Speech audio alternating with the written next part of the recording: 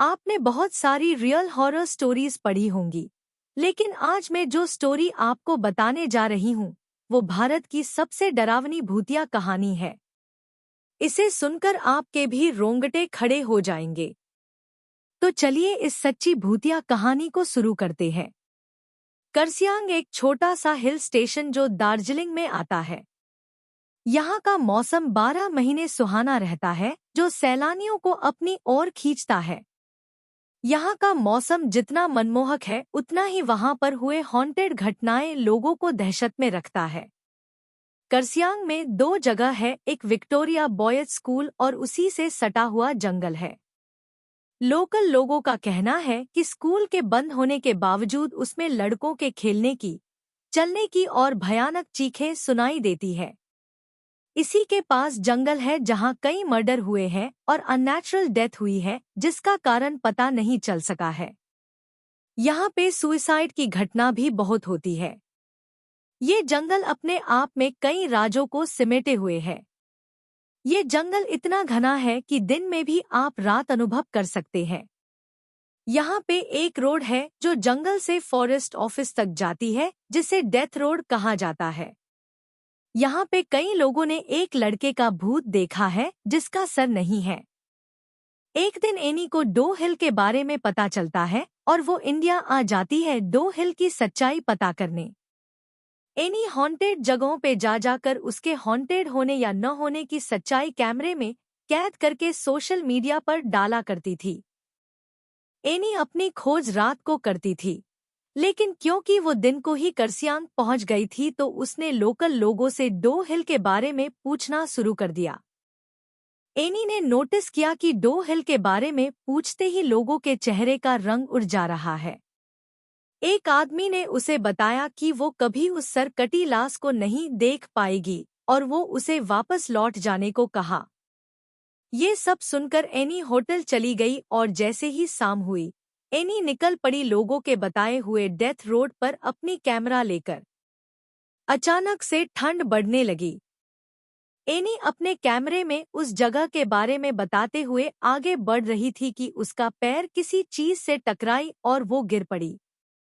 Any को लगा वो शायद रास्ते में पड़ी हुई किसी लकड़ी या पत्थर से टकराई होगी, लेकिन वो जैसे ही उठकर पीछे मुड़ी तो उसने देखा उसके पैर किसी पत्थर से नहीं, बल्कि किसी के पैर से टकराई है। और देखते ही देखते वो पैर जंगल के अंदर चली गई, जैसे कि किसी ने उसे खींच के जंगल के अंदर ले गया। एनी इतना तो समझ गई कि डो हिल को हंटेड होने का जो टैग मिला है वो सच है। अब एनी को डर लगने लगा था, लेकिन उसकी छानबीन अभी भी पूरी नहीं हुई थी। किसी तरह हिम्मत जुटाकर वो डेथ रोड पर आगे बढ़ती रही। अचानक एनी के सामने से एक बूढ़ी औरत रोड क्रॉस करके जंगल में चली गई। एनी भी चुपचाप बिना कोई आवाज किए उस औरत के पीछे चलने लगी। वो सब कैमरे में कैद कर रही थी। चलते चलते उसे ऐसा महसूस हो रही थी कि कोई उसकी पीछा कर रहा है। अचानक उसकी कानों में आवाज आई, एनी वापस चले जाओ। ये सुनते ही एनी की रोंगटे खड़े हो गई, लेकिन उसे तलाश थी उस सर कटे आदमी की। इसलिए उसने किसी तरह हिम्मत करके और थोड़ी दूर जाने का फैसला किया। थोड़ी दूर जाकर जब वो वापस मुड़ी तो उसने देखा जंगल में घने पेड़ों के बीच से 2 लाल आंखें उसे देख रही है। ये देखकर एनी जोर से चिल्लाई और भागने लगी। भागते भागते उसकी कानों में अजीब अजीब सी आवाजें गूंजने लगी। कभी किसी की रोने की आवाज तो कभी हंसने की। किसी तरह एनी उस डेथ रोड से बाहर निकल आई और होटल चली गई।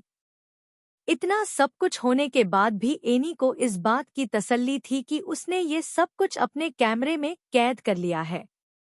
उस रात एनी अपने कैमरे को टेबल पर रखकर सो गई। 1 घंटे बाद एनी को फिर से वही अजीब अजीब आवाज सुनाई देने लगी।